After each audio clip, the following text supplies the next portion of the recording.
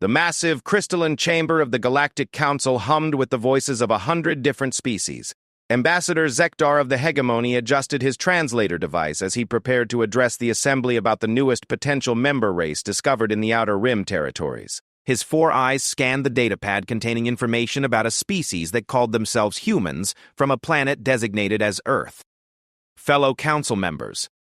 Zektar began, his voice carrying across the chamber through advanced acoustic systems. We have discovered another primitive species that has recently achieved basic spaceflight. However, preliminary scans of their military capabilities are concerning in their simplicity. A ripple of curiosity passed through the assembled delegates. The discovery of new species always brought excitement, but the mention of primitive military technology sparked particular interest.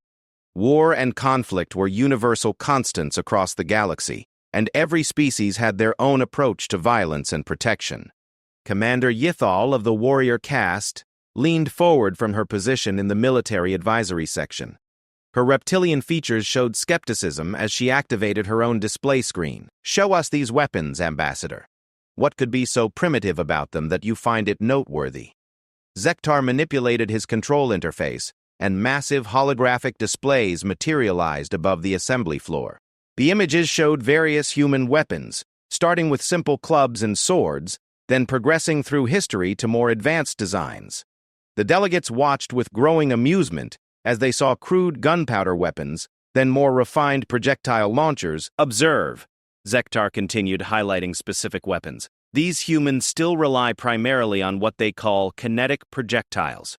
They launch small pieces of metal using controlled explosions. Their most advanced infantry weapons fire tiny projectiles at velocities barely reaching 3 times the speed of sound. Laughter echoed through the chamber. The delegate from the Plasma Federation couldn't contain his mirth. They still use solid projectiles? Our ancestors abandoned such crude methods over 10,000 years ago. It gets more amusing. Zektar added, switching to images of human military equipment.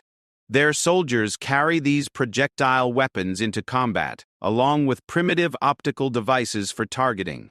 They have no energy shields, no plasma weapons, no quantum disruptors. Their most sophisticated weapon appears to be something they call a sniper rifle, which fires a single projectile at a time over long distances. The chamber erupted in even louder laughter. General Quickstar of the Dominion military stood up, his mechanical augmentations gleaming under the chamber's lights. A single projectile? Our basic infantry weapons can fire 1,000 plasma bolts per second. These humans would be defenseless against any civilized military force. Commander Yithal nodded in agreement. Their lack of energy-based weaponry is almost pitiful. How do they expect to compete with species that have mastered photon cannons and antimatter weapons? These guns of theirs seem like toys compared to proper military hardware. The mockery continued for several minutes as delegates shared their own species' advanced weaponry. The Synthesis Collective boasted of their molecular disintegration devices. The Star Empire displayed images of their city-destroying orbital cannons. Each new weapon system shared made the human firearms seem more primitive by comparison. Perhaps, suggested Ambassador Velnam of the Trade Union, we should approach these humans as a protectorate species rather than full members. They clearly need our protection and guidance to develop proper military technology. Agreed, Zektar nodded. I recommend we establish a monitoring station in their system and observe their development. In a few thousand years, they might advance enough to warrant reconsideration for membership. Earth would be classified as a primitive protectorate, and the humans would be largely ignored by galactic civilization until they developed more sophisticated technology. The Council moved on to other business, completely dismissing the potential threat that such a backward species could pose. 3 months later, the monitoring station Overwatch Prime was established at the edge of the Sol system.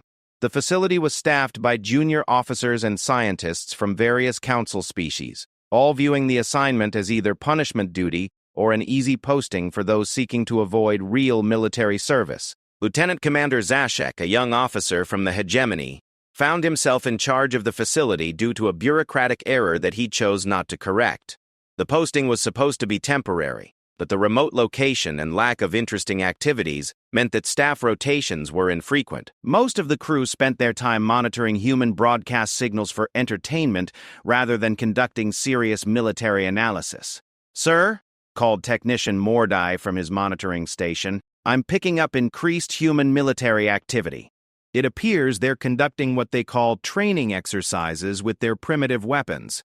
Zashek barely looked up from his recreational reading. "Note it in the log and continue monitoring. The Council wants to know if they develop energy weapons, not how often they play with their metal throwers." The crew of Overwatch Prime had grown comfortable in their assignment. The humans seemed completely unaware of the alien presence in their system, and their technology remained consistently primitive. Regular reports back to the Council confirmed that Earth's military capabilities posed no threat to galactic civilization. However, what the monitoring station failed to properly analyze was the precision and skill with which humans employed their primitive weapons.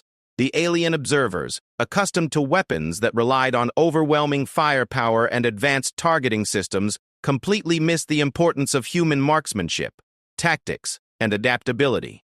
During one particular observation session, Technician Plickstar noticed something unusual while monitoring human military communications. "Commander, the humans seem to be discussing something called Marine Force Recon and Special Operations. Should we investigate further? Probably just another variation of their basic military units." Zashek replied dismissively. "All their forces use the same primitive projectile weapons anyway. How different could they be?"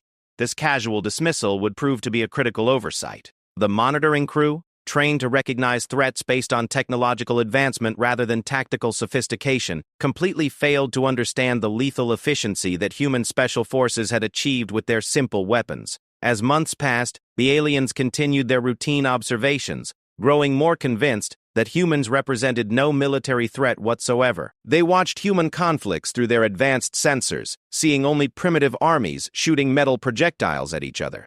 The concept that such basic weapons could be employed with devastating effectiveness was beyond their comprehension. The final report submitted to the Galactic Council that year concluded with a recommendation to maintain minimal monitoring of Earth, while focusing resources on more promising species. The report noted that human military technology had shown no significant advancement, and that their continued reliance on kinetic weapons made them irrelevant to galactic security considerations. Unknown to the aliens, however, several human governments had detected unusual gravitational anomalies at the edge of their solar system. While they couldn't identify the source, Earth's most elite military units had been quietly preparing for the possibility of extraterrestrial contact. The very weapons that the aliens mocked were being refined and perfected by soldiers who understood that in warfare, technological superiority meant nothing without the skill to use it effectively. The stage was set for a confrontation that would shatter every assumption the Galactic Council had made about humanity and their primitive weapons. The aliens had made the fatal mistake of confusing technological complexity with combat effectiveness, and they would soon learn that in the hands of a skilled human warrior, even the simplest gun could become a weapon of terrifying precision. Staff Sergeant Marcus Chen of the United States Marine Corps stood at the edge of the military training facility in Nevada, adjusting the scope on his rifle as he prepared for another day of long-range precision training. He had no idea that alien eyes were watching him from across the solar system, dismissing his weapon as a primitive toy. In the coming days, both Marcus and the alien observers would discover just how wrong that assessment truly was. The emergency klaxons aboard Overwatch Prime shattered the usual quiet of the monitoring station. Lieutenant Commander Zashek rushed to the command center, where his crew was frantically working at their stations with an urgency he hadn't seen in months. "Report," Zashek demanded as he slid into his command chair. "Sir, we're detecting massive energy signatures from the human homeworld," Technician Mordai announced, his voice tight with concern. "Multiple nuclear detonations, plasma releases, and what appears to be some kind of dimensional rifts opening across their planet's surface." Nuclear detonations?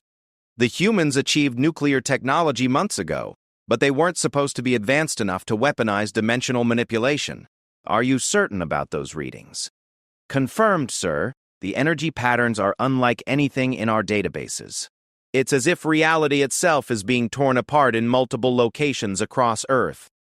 the truth was far more alarming than the alien observers realized. Earth wasn't under attack from within. It was under invasion from another dimension. The dimensional rifts weren't human technology at all, but portals created by an aggressive alien species known as the Vithrak, interdimensional parasites that consumed entire civilizations before moving on to the next reality. The Vithrak had detected Earth through the same gravitational anomalies that revealed the Galactic Council's monitoring station. Unlike the Council, however, they had no interest in studying humanity. They saw only another world to devour, another species to consume. Their advanced scouts had been probing Earth's defenses for weeks, and now the full invasion had begun. "Sir," Plickstar called out from his sensor station, "I'm reading massive life-form movements through the rifts. These creatures, they're not human, and they're not from our dimension. We need to alert the Council immediately." Zashek hesitated. Protocol demanded that he report any significant developments, but interdimensional invasion was far beyond the scope of his monitoring mission. Worse, if he called for help and the situation resolved itself, he would look foolish to his superiors. "Continue monitoring," he ordered. "If these creatures pose a threat to the humans, we'll intervene once we have more data. Our weapons should be more than sufficient to handle whatever primitive beings emerge from those portals." On Earth's surface, the reality was far more dire than the aliens understood. The Vithrak weren't primitive at all. They were an ancient species that had perfected the art of interdimensional warfare. Their warriors stood 12 feet tall, covered in chitinous armor that could deflect most energy weapons. They wielded biomechanical weapons that fired acidic projectiles and energy bursts that could melt through steel. The initial assault had targeted major population centers across the globe. Tokyo, New York, London, Moscow all found themselves under attack by creatures that emerged from tiers in reality itself. Conventional military forces were quickly overwhelmed as their standard weapons proved ineffective against the aliens' natural armor. But the Vithrak had made one critical miscalculation. They had studied Earth's major military installations and urban centers, but they hadn't accounted for the scattered special forces units that operated in remote locations around the planet. Elite soldiers who trained in isolation, perfecting their skills with the very weapons that the Galactic Council had dismissed as primitive toys. Staff Sergeant Marcus Chen had been conducting solo training exercises in the Nevada desert when the portals opened. From his position on a ridge 2 miles from the nearest dimensional rift, he watched through his rifle scope as massive insectoid creatures poured through the tier in space. His radio crackled with emergency broadcasts from around the world, painting a picture of global catastrophe. All units, this is emergency command," the transmission said. "We are under attack by unknown hostile forces. Conventional weapons are showing limited effectiveness. All special operations personnel are to engage at maximum range using precision fire. Repeat, engage at maximum range." Marcus adjusted his position and began range calculations in his head. The targets were large and moved with a distinctive gait that he could predict. More importantly, they seemed completely unaware that they were being observed from long distance. These creatures had probably never encountered an enemy that could effectively engage them from over a mile away. He chambered around and settled into his shooting position. The rifle was a custom-built precision instrument designed for extreme long-range engagements. The scope was calibrated perfectly, and Marcus had spent thousands of hours learning to account for wind, humidity, temperature, and even the rotation of the Earth itself when making shots at this distance. The first Vithrak warrior stepped clear of the portal, standing motionless as it surveyed the landscape. Marcus controlled his breathing, let his heart rate slow, and squeezed the trigger with practiced precision. The .50 caliber bullet traveled over a mile in just under 3 seconds. It struck the alien creature's center mass with over 13,000 foot-pounds of kinetic energy. The result was devastating. The round punched completely through the creature's chitinous armor, creating a massive wound channel that dropped the 12-foot-tall warrior instantly. Marcus worked the bolt and acquired his next target. Another creature had emerged and was moving toward the fallen warrior. The second shot was even more precise, striking the alien in what appeared to be its head region. The massive creature collapsed without making a sound. From the monitoring station, the alien observers watched in confusion as the dimensional invaders began falling one by one. Their sensors couldn't detect any energy weapon discharges, no plasma bursts, no particle beams. Yet somehow, The terrifying Vithrak warriors were being eliminated with surgical precision. Sir, the invading creatures are taking casualties, but I can't identify the source of the attacks, Mordai reported. There are no energy signatures consistent with weapons fire. Probably infighting among the invaders, Zashek replied dismissively. These primitive beings often turn on each other when resources become scarce, but the pattern was too consistent to be random violence. Across the globe, similar scenarios were playing out. Wherever the dimensional portals opened in remote areas, the Vithrak found themselves under attack by an invisible enemy. Human snipers. Hidden in positions miles away from the invasion sites, were systematically eliminating the aliens with weapons that didn't register on the monitoring station's sensors. Captain Sarah Mitchell, positioned on a rooftop in the Scottish Highlands, had already eliminated 17 Vithrak warriors with her precision rifle. The aliens had quickly learned to avoid open areas near her position, but they couldn't identify where the attacks were coming from. Their technology was designed to detect energy weapons and heat signatures, not small kinetic projectiles fired from extreme range. The Vithrak's confusion was growing into panic. These creatures had conquered hundreds of worlds across multiple dimensions, always overwhelming their enemies through superior technology and brute force. But now they faced an enemy they couldn't see, couldn't detect, and couldn't fight back against. Lieutenant Colonel James Rodriguez, observing the situation from a military command bunker, began to understand what was happening. The alien armor is designed to deflect energy weapons, he explained to his staff, but it can't handle the kinetic impact of a high-velocity projectile. Our boys are hitting them with pure physics. Mass times velocity equals dead alien. The effectiveness of human precision marksmanship was beyond anything the Galactic Council could have predicted. Their assumption that kinetic weapons were primitive had blinded them to the devastating potential of a perfectly placed shot. While their energy weapons might fire faster and require less skill to use, they couldn't match the penetrating power of a heavy rifle bullet fired by an expert marksman. As night fell across Earth, the tide of battle was shifting. The Vithrak had expected easy conquest, but found themselves trapped in open areas, afraid to move, unable to locate their attackers. Their interdimensional invasion was grinding to a halt, stopped not by advanced technology, but by human soldiers armed with rifles that the so-called advanced species of the galaxy had dismissed as toys. From Overwatch Prime, the alien observers watched in growing bewilderment as the supposedly primitive humans began to turn the tide against an invasion force that should have overwhelmed them easily. The dimensional invaders, who had effortlessly conquered civilizations with far more advanced technology than Earth's, were being systematically eliminated by weapons that barely registered on the monitoring station's sensors. "Sir," Technician Plixstar announced with obvious confusion in his voice, "the human military forces appear to be gaining ground against the invaders. Whatever weapons they're using, they're remarkably effective."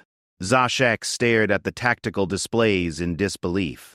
How were the humans winning a fight that they should have lost in the first few hours? Their primitive kinetic weapons shouldn't have been able to penetrate advanced alien armor, yet somehow they were achieving consistent kills against an enemy that had overwhelmed forces with far superior technology. The answer was simpler than any of the aliens could comprehend. Skill, precision, and patience, the very human qualities that couldn't be replicated by advanced technology, were proving more valuable than all the energy weapons in the galaxy. The Galactic Council had made the fundamental error of assuming that technological advancement automatically meant military superiority. They were about to learn just how wrong that assumption could be. The emergency session of the Galactic Council convened in complete chaos. Reports from the monitoring station at Earth had triggered panic among member species, as word spread of an interdimensional invasion that was somehow being repelled by a primitive species using kinetic weapons. Ambassador Zektar stood before the assembly, his usual composure completely shattered. The data streaming in from Overwatch Prime contradicted everything they thought they knew about warfare and military effectiveness. "Fellow council members," he began, his voice trembling with uncertainty. "The situation at Earth has developed beyond our understanding. The dimensional invaders, identified as Vithrak parasites, initiated a full-scale planetary invasion 36 hours ago. By all calculations, the human species should have been consumed within the first 12 hours. General Krikstar leaned forward aggressively. "Then why are we here discussing it? The humans should be dead, and we should be preparing defenses against these dimensional invaders. That's just it, Zektar replied, manipulating his display controls. They're not dead. In fact, the humans are winning. The massive holographic displays above the chamber floor showed real-time footage from Earth's surface. The assembled delegates watched in stunned silence as human soldiers, armed with their supposedly primitive rifles, systematically eliminated Vithrak warriors with single, precisely placed shots from impossible distances. "This is impossible," Commander Ythal whispered. "The Vithrak conquered the hegemony frontier worlds last year. Our plasma weapons barely scratched their armor. How are human projectile weapons penetrating their defenses?" The question hung in the air as the footage continued. They watched Staff Sergeant Marcus Chen, still positioned on his ridge in Nevada, eliminate his 43rd Vithrak warrior with a shot that traveled over 2,000 meters. The alien creature, which had shrugged off plasma cannon fire during the Frontier Wars, dropped instantly when the human bullet found its mark. "The answer," announced a new voice from the chamber entrance, "is that technological advancement doesn't always equal combat effectiveness." The assembly turned to see Admiral Thrace of the Galactic Military Command entering the chamber, accompanied by his senior staff. The Admiral was a legend among Council forces, a veteran of countless campaigns against hostile species and interdimensional threats. "Admiral," Zektar acknowledged with obvious relief, "your expertise in these matters would be invaluable." Thrace moved to the center of the chamber, his cybernetic enhancements allowing him to interface directly with the display systems. "I've been monitoring the situation at Earth since the invasion began. What you're witnessing is the result of a fundamental error in our military thinking." He manipulated the displays to show comparative footage of Council forces engaging Vithrak warriors during previous encounters. The plasma weapons created impressive light shows but caused minimal damage to the aliens' chitinous armor. Our energy weapons, while technologically superior, spread their damage over a wide area. The Vithrak armor is specifically designed to dissipate energy-based attacks. But the humans, he switched to footage of human sniper attacks. They're concentrating massive kinetic force into an incredibly small point of impact. The armor simply can't handle that kind of focused pressure. The concept seemed too simple to be effective, yet the evidence was undeniable. "But Admiral," protested the delegate from the Plasma Federation, "their weapons fire so slowly, our plasma rifles can shoot 1,000 times per minute. Surely rate of fire is more important than individual shot effectiveness?" Thrace highlighted a particular human sniper position on the display. "Watch this soldier's engagement pattern. In the last 4 hours, he's fired exactly 37 rounds and achieved 37 confirmed kills.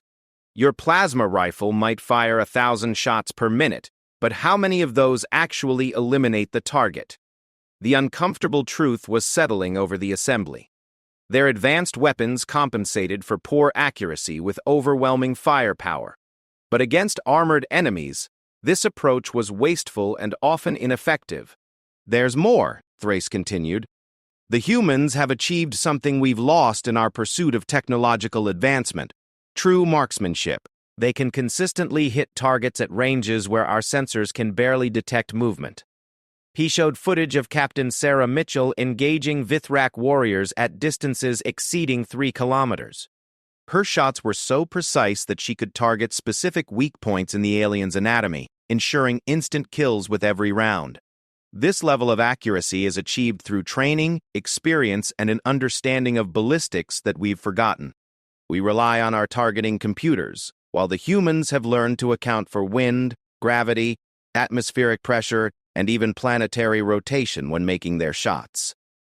The revelation was staggering. The Galactic Council had become so dependent on technology that they'd lost the fundamental skills that made weapons effective. Their advanced targeting systems had made them lazy, while the humans had perfected the art of precision because they had no choice but to make every shot count. "Sir," Lieutenant Commander Zashek's voice came through the communication system from Overwatch Prime. "We're receiving a transmission from the human military forces. They're requesting communication with whoever's been monitoring their system." A hush fell over the chamber. The humans knew they were being watched. "Put them through," Admiral Thrace ordered. The display shifted to show a human military officer seated in what appeared to be a command bunker. His uniform was marked with insignia that the aliens' databases identified as belonging to Earth's Combined Military Command. "This is General Patricia Hayes of the United Earth Defense Force," the human said calmly. "We've been aware of your monitoring station for several months. We'd like to discuss the current situation." The directness of the human's approach caught the council off guard. They had assumed their presence remained undetected. "General Hayes," Admiral Thrace responded. "This is Admiral Thrace of the Galactic Military Command. We've been observing your engagement with the interdimensional invaders. Your forces have shown remarkable effectiveness against an enemy that has defeated several of our member species." General Hayes nodded. "We've been tracking similar energy signatures from previous Vithrak attacks on other worlds. Your energy weapons leave distinctive residue patterns. We noticed that these attacks consistently overwhelmed civilizations that relied heavily on plasma and particle beam weapons." The humans' tactical analysis was more sophisticated than any council member had expected. They had not only detected the monitoring station, but had also analyzed previous Vithrak invasions and identified patterns in their conquest methods. "We developed our counter-strategy based on that analysis," Hayes continued. "Energy weapons create dispersed damage patterns that the Vithrak armor can handle, but concentrated kinetic impact overwhelms their defensive systems. A properly placed rifle shot delivers more stopping power than your most advanced plasma cannon." The statement sent shockwaves through the council chamber. A primitive human military officer was explaining advanced tactical concepts to the galaxy's supposedly superior military minds. "General," Admiral Thrace asked carefully, "what is the current status of the invasion?" "Terminated as of 6 hours ago," Hayes replied matter-of-factly. "All Vithrak forces have been eliminated, and our engineering teams have sealed the dimensional rifts using modified nuclear devices. The threat to Earth has been neutralized." The silence in the council chamber was deafening. A species they had dismissed as primitive had not only repelled a Vithrak invasion, but had done so more quickly and efficiently than any previous defender. "We would like to propose an exchange," General Hayes continued. "Our analysts believe the Vithrak have been specifically targeting worlds that rely on energy-based weapons. We can provide tactical training and kinetic weapon technology to help other species defend against future attacks. In return, we'd like access to your advanced manufacturing and space travel technologies." The proposal was stunning in its implications. The humans weren't asking to join the Galactic Council as junior members. They were offering to teach advanced military tactics to species that had previously looked down on them as primitive. Admiral Thrace looked around the chamber, seeing the shocked expressions of delegates who were beginning to understand the magnitude of their miscalculation. "General Hayes, I believe the Council would be very interested in such an exchange. We may have underestimated the value of kinetic weapons and precision marksmanship." "That's understandable," Hayes replied, with what might have been amusement. "Most advanced civilizations make the same mistake. They assume that technological complexity equals effectiveness. But sometimes the simplest solution is the best one." The transmission ended, leaving the council chamber in stunned silence. Everything they thought they knew about military technology and combat effectiveness had been turned upside down by a species they had dismissed as backward.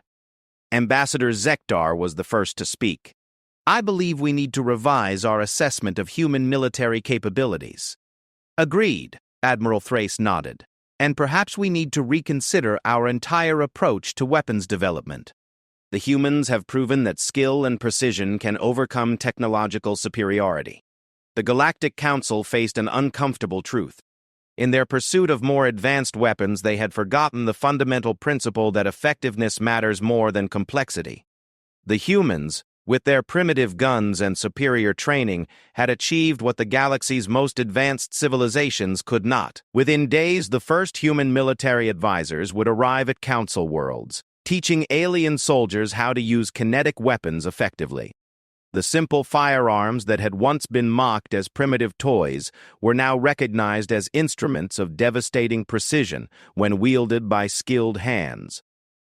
Staff Sergeant Marcus Chen, still positioned on his ridge in Nevada, had no idea that his marksmanship demonstration had revolutionized galactic military thinking. He simply cleaned his rifle and prepared for the next day's training, unaware that across the galaxy, alien soldiers were beginning to learn that sometimes the old ways were the best ways.